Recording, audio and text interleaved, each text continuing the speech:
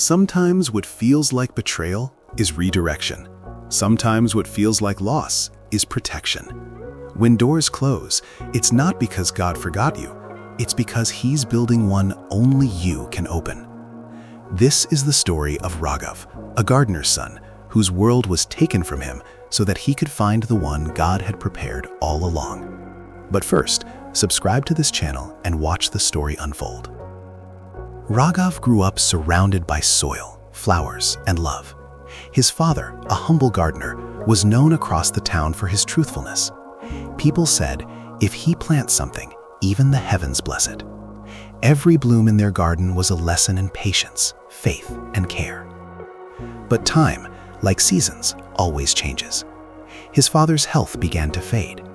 The man who once worked under the sun now sat quietly beneath it, struggling to breathe. One evening, Raghav's father called his brother home. His uncle arrived, worried, sensing the air of farewell in the room. The old man smiled faintly and said, "Take care of Ragav if I'm gone." His uncle nodded, holding his hand, promising silently. Moments later, the father's breathing slowed. His chest rose once, then fell still. Ragav returned with the medicine, only to find his uncle standing quietly, eyes wet, whispering, "He's gone." The garden outside swayed gently in the wind, as if nature itself bowed to the man who had loved it most. Days passed in rituals and silence, and when the ashes settled, his uncle came forward, a folded paper in his hand, his voice steady. "Your father's dying wish," he said, "was that you take the village land and build a home there. This house he gave to me." The words struck Ragav like thunder. "This house," he whispered. "The garden?" His uncle only nodded, avoiding his eyes. People murmured, "He's lying, don't leave."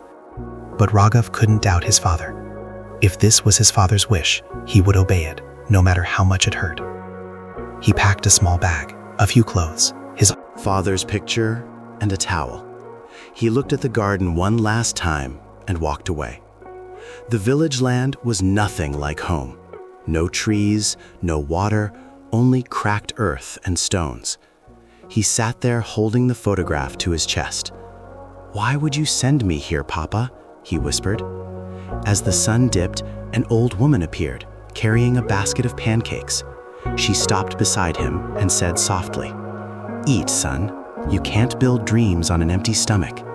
He took one, his eyes heavy with grief. She smiled. "You look just like your father. Kind eyes, strong spirit. Believe in yourself. You can make this place bloom again." Her words stayed with him long after she left. The next morning, Ragav went to hire laborers.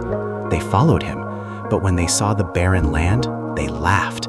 "Even God can't grow grass here," one said before walking away. That night, Ragav sat under the stars, exhausted. His hands were empty, but his heart remembered his father's words. When no one helps, even the soil watches your effort. He stood up, picked up his spade, and began alone. Days turned into weeks. His palms blistered, his back ached, but he kept going. And then one day, his spade struck something hard beneath the soil, a wooden trunk. He dug it out and opened it carefully. Inside, an old letter. The ink was faded, but the name at the end was clear. It was his grandfather. It read, "To my sons, I know city life will take you far from this land, but my last wish is to see a home built here. This soil holds not just stone, but gold, not beneath it, but within the heart that believes. If you are reading this, you are the one fulfilling my wish." At the bottom of the trunk lay a small pouch of gold coins and a notebook filled with hand-drawn plans, how to dig canals, plant seeds, and grow a garden, even in drought. Raghav's eyes filled with tears. It wasn't his father who sent him away. It was his father's way of fulfilling his own father's dying wish. He hadn't been abandoned, he had been entrusted. Using the gold and the notes, Ragav worked again. He built water channels, planted seeds, and cared for every inch of soil. Seasons passed. Green slowly replaced brown. Butterflies returned, and birds began to sing again. Years later, that barren land became a garden so beautiful that travelers stopped just to rest there. A small house stood beside it, humble but alive.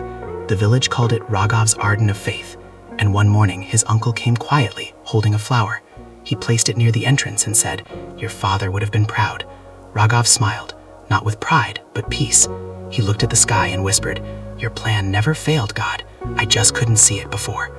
When everything you love is taken away, don't ask why me, ask what now. Because sometimes God has to break your plan so he can show you his. You may lose people, homes, dreams, but you'll never lose what's meant for you. So if life feels unfair, remember Ragav. He wasn't punished, he was prepared. Because when God takes something from your hands, he's not rejecting you, he's leading you towards something better. When God has a better plan for you, it always begins where your plan ends.